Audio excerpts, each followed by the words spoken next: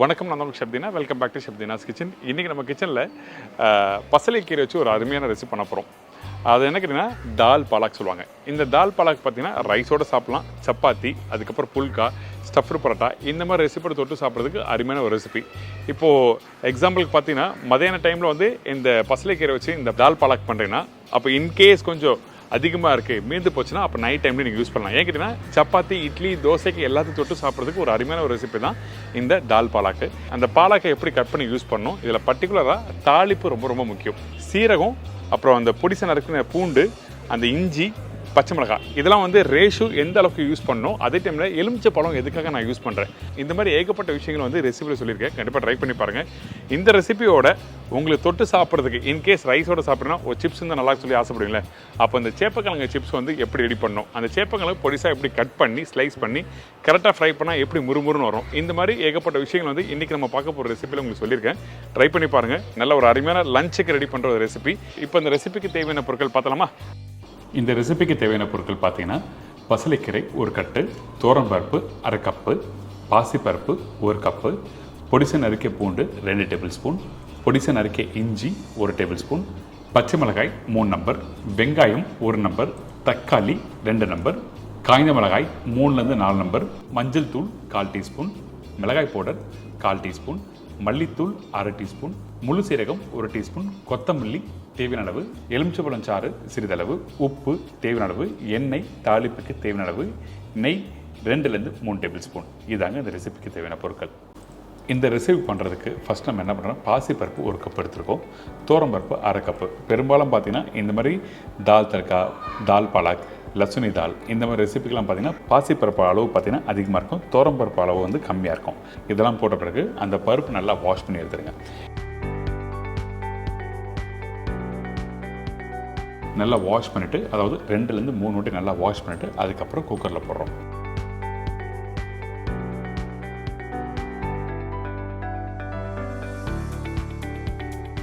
போட்ட பிறகு பார்த்தீங்கன்னா இதை கரெக்டாக தண்ணி ஊற்றுங்க. கொஞ்சம் மஞ்சத்தூள் போட்டு வேக வச்சிடும். அதிகமான மஞ்சத்தூள் வேண்டாம், 1/4 டீஸ்பூனுக்கு கம்மியாக மஞ்சத்தூள் இந்த இடத்துல யூஸ் பண்ணுறோம். மீதி வந்த பிறகு தாளிப்பு யூஸ் பண்ண போகிறோம். அதனால் கொஞ்சம் மஞ்சத்தூள் போட்ட பிறகு தேவையான அளவுக்கு தண்ணி ஊற்றி குக்கர் மூடியை போட்டு கரெக்டாக ஒரு 3லேருந்து 4 விசில் விட்டு வேக வச்சு எடுத்துருங்க. பருப்பு வந்து நல்லா வெந்திருக்கும். பார்க்கும்போது பார்த்திங்கன்னா முழுசாக இருக்கும். நீங்கள் மத்து போட்டோ இல்லை கரண்டி போட்டு மிக்ஸ் பண்ணாலும் உங்களுக்கு மசிஞ்சிடும். ஸோ இந்த பருப்பை இந்த மாதிரி பக்குவத்தில் நல்லா வேக வச்சு எடுத்து வச்சுக்கோங்க.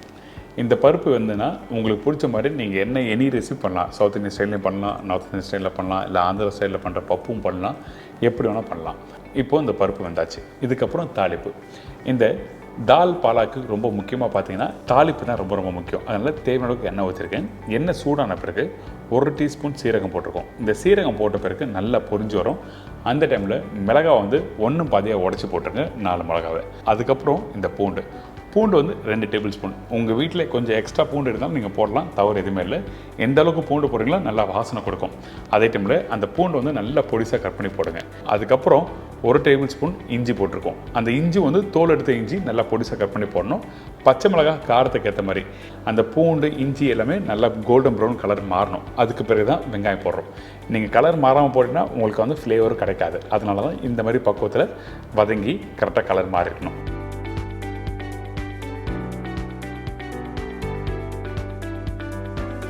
இதுக்கப்புறம் பொடிசாக கட் பண்ணி வச்சுருக்க வெங்காயம். சில பேர் வெங்காயம் போடுவாங்க, சில பேர் வெங்காயம் போட மாட்டாங்க. ஆனால் நம்ம வந்து எப்போவுமே அந்த மசாலா டச் கொடுப்போம்ல, அதனால நம்ம என்ன பண்ணுறோம், 1 வெங்காயம் கட் பண்ணி போட்டிருக்கேன். தக்காளி 2 தக்காளி. இந்த வெங்காயம் வந்து வதங்குற பக்கம் பார்த்திங்கன்னா ரொம்ப கலர் மாற வேண்டிய அவசியம் இல்லை. ஒரு 30 to 40% அளவுக்கு வெங்காயம் வதங்கினா மட்டுமே போதும். இதுக்கப்புறம் கட் பண்ணி வச்சுருக்க தக்காளி. அந்த தக்காளியை வந்து நல்லா வதங்கணும்.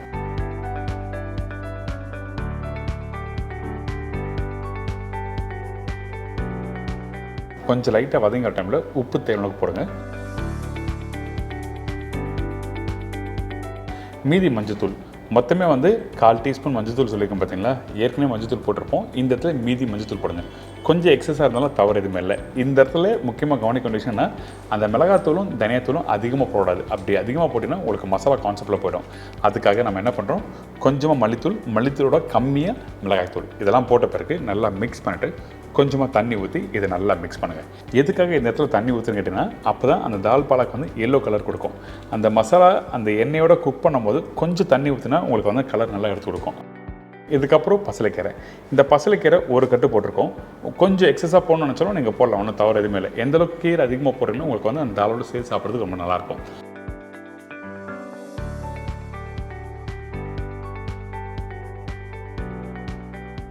அந்த கீரையை நீங்கள் போட்ட பிறகு நல்லா வதக்க ஆரம்பிங்க. அதிகபட்சம் பார்த்தீங்கன்னா ஒரு 2 நிமிஷம் நல்லா வதக்கணுன்னா இந்த கீரை நல்லா வதங்கிடும்.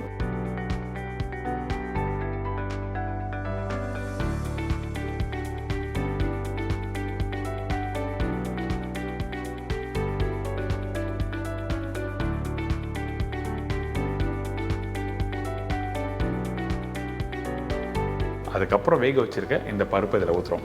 இந்த பருப்பு, இந்த மசாலா, இந்த கீரை இது எல்லாத்தையும் வந்து நல்லா மிக்ஸ் பண்ணிட்டு தேவையான அளவுக்கு தண்ணி ஊற்றி இது ஒரு கொதி விடுறோம். ரொம்ப நேரம் கொதிக்கக்கூடாது. அதிகபட்சம் ஒரு 2 நிமிஷம் கொதிச்சா மட்டுமே போதும். சரிங்களா? அப்படி கொதிக்க என்ன ஆகுனா அந்த பக்குவம் மாற ஆரம்பிக்கும். அதனால் நம்ம என்ன பண்ணுறோம், ஒரு கொதி வரும்போதே நீங்கள் எடுத்துடுறீங்க.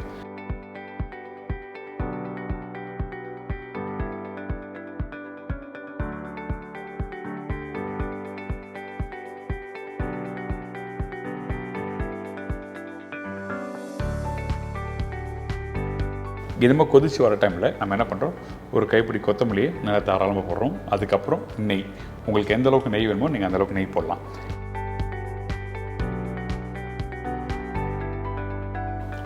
இந்த நெய் போட்ட பிறகு அதுக்கப்புறம் எலுமிச்சைப்பழம் சாறு. இந்த எலுமிச்சைப்பழம் சாறு நீங்கள் போடும்போது பார்த்தீங்கன்னா அடுப்பை ஆஃப் பண்ணிடணும்.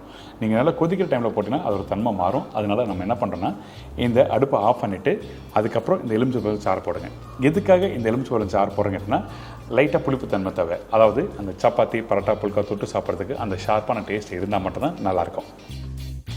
இன்றைக்கி இந்த தால் பாலாக்கு எப்படி ரெடி பண்ணி தெரிஞ்சிருக்கும். கண்டிப்பாக ட்ரை பண்ணி பாருங்கள். நல்லா சுட ரெடி பண்ணிவிட்டு நல்லா சூப்பராக சப்பாத்தி ரைஸோடு தொட்டு சாப்பிடலாம், பிரமாதமாக இருக்கும். அப்படி நீங்கள் ரைஸோடு சாப்பிட்னா அந்த டைமில் இந்த மாதிரி சேப்பக்கிழங்கு சிப்ஸ் எப்படி பண்ணணும்னு சொல்லி கொடுத்துருக்கேன். அந்த ரெசிபியும் பாருங்கள். இப்போ அந்த ரெசிபிக்கு தேவையான பொருட்கள் பார்த்தலாமா? சேப்பக்கிழங்கு 250 gram, cornflour 1 table spoon, chilli powder 1/2 table spoon, கருவேப்பிலை, கார்னிஷுக்கு தேவையான அளவு, உப்பு தேவையான அளவு, ஆயில் ஃப்ரை பண்ணுறதுக்கு தேவையான அளவு. இதாங்க இந்த சிப்ஸுக்கு தேவையான பொருட்கள். இப்போது நம்மக்கிட்ட இருக்க இந்த சேப்பக்கிழங்கு நல்லா தோலை சீவி எடுத்து வச்சுருக்கோம். தோலை சீவி எடுத்து முடிச்ச பிறகு நல்லா வாஷ் பண்ணுங்கள். என்கிட்ட மண் இருக்கும். அதே டைமில் இந்த கிழங்கு 2 வகையான கிழங்கு காமிச்சிருக்கேன். 2 வகைனா, ஒன்று சின்னது, ஒன்று பெருசாக இருக்குல்ல. சின்ன கிழங்கு யூஸ் பண்ணுறதை அவாய்ட் பண்ணுங்கள். பெருசாக இருந்தால் நீங்கள் கட் பண்ணுறதுக்கோ இல்லை ஸ்லைஸ் பண்ணுறதுக்கோ ரொம்ப ஈஸியாக இருக்கும். இதுக்கு பிறகு நம்ம என்ன பண்ணுறோன்னா, இந்த கிழங்கை அப்படியே ஒரு துணியில் போட்டு நல்லா துடைச்சிருங்க. அப்போ தான் அந்த ஈரத்தன்மை இருக்காது. அதுக்கப்புறம் வந்து கட் பண்ணுறதுக்கு ஈஸியாக இருக்கும்.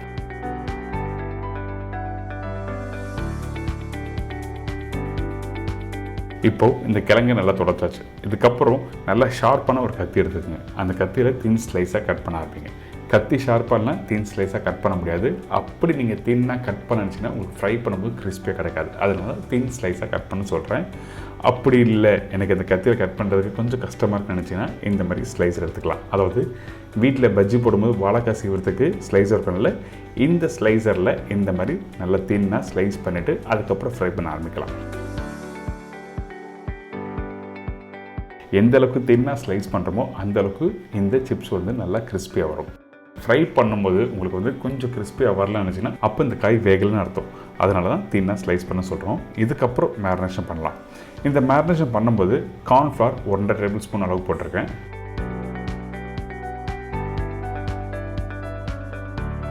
இதுக்கு பிறகு சில்லி பவுடர். சில்லி பவுடர் காரத்துக்கு ஏற்ற மாதிரி நீங்கள் போட்டுக்கலாம். அதிகமான சில்லி பவுடரும் வேண்டாம். கொஞ்சமாக உப்பு போட்ட பிறகு இதை அப்படியே மிக்ஸ் பண்ணுங்கள்.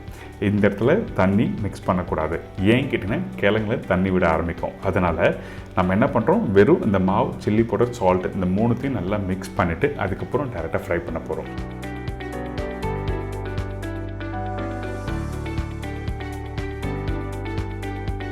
அடுத்தது இந்த எண்ணெய் நல்லா சூடாக இருக்குது.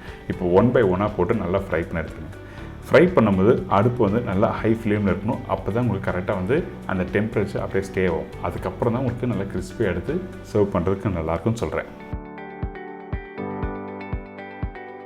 நீங்கள் வேகமாக எடுத்தாலும் சாப்பிட முடியாது.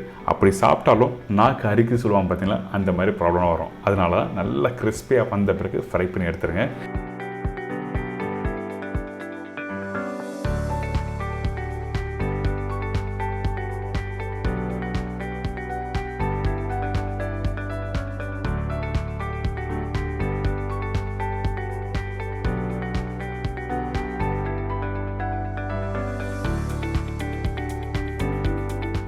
ஃபைனலாக கொஞ்சம் கருவேப்பிலை போட்டு எடுத்து சர்வ் பண்ணால் ஒரு சூப்பரான சேப்பங்களுக்கு சிப்ஸ் ரெடி.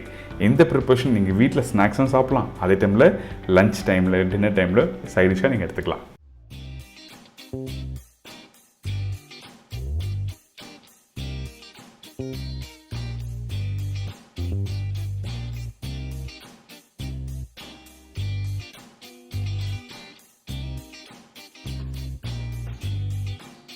இன்றைக்கி நம்ம பண்ணியிருக்க இந்த ரெசிபி உங்கள் எல்லாருக்கும் ரொம்ப பிடிச்சிருக்குன்னு நினைக்கிறேன். அதுவும் பர்டிகுலராக இந்த பசலைக்கீரை வச்சு பண்ணியிருக்கேன் தால் பாலாக், அதுக்கப்புறம் சேப்பக்கிழங்கு சிப்ஸ். இந்த மாதிரி ரெசிபிகள் நம்ம வீட்டில் இருக்க குழந்தைங்களுக்கு கொடுங்க, கண்டிப்பாக நல்லா விரும்பி சாப்பிடுவாங்க. ஏன்னா நார்மலாக வந்து குழந்தைங்க ஸ்கூல் போகும்போது பருப்பு சாதம் கட்டி கொடுப்பாங்க நிறைய அம்மாக்கள்.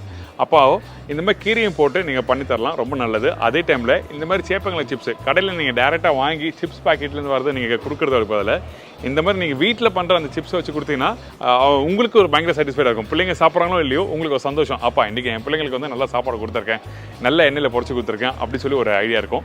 ஸோ பிடிச்சிட்டு நினைக்கிறேன். இதே மாதிரி இன்னொரு நாள் ஒரு சூப்பர் ரெசிபி சந்திக்கிறேன். நன்றி, வணக்கம், see you, bye bye, take care.